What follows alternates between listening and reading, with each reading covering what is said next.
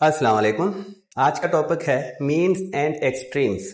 ये प्रोपोर्शन के दो ऐसे टर्म्स हैं जिसके बिना आप यही समझो कि प्रोपोर्शन जो है वो नामुकम्मल है, कि इस तरह कभी भी ऐसे फॉर्मेट में लिखे होंगे तो वो दो रेशियोज की बराबरी होगी और वो प्रोपोर्शन कहलाएगा। ये वाला एक रेशियो और ये वाला दूसरा रेशियो।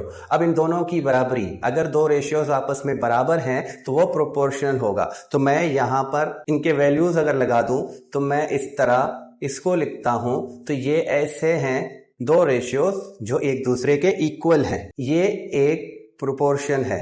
अब हमने मीन्स और एक्सट्रीम को समझना है। देखिए ये 4 टर्म्स हैं।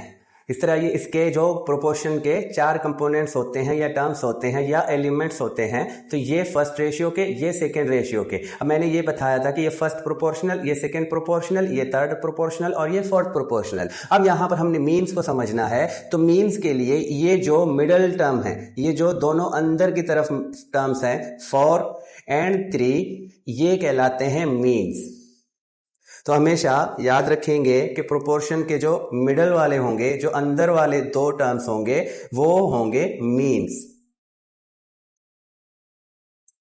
और जो आउटर, जो बाहर की तरफ हैं, जो यहां पर 2 एंड 6 हैं, तो 2 एंड 6, तो ये कहलाते हैं एक्सट्रीम।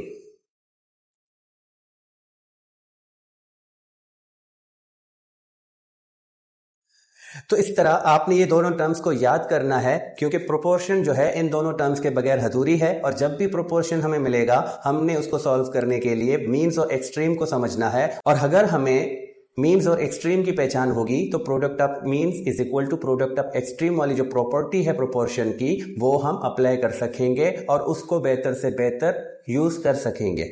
अब इस वीडियो के लिए इतना ही काफी। अगले वीडियो में आएंगे, तब तक के लिए खुदा हाफिज।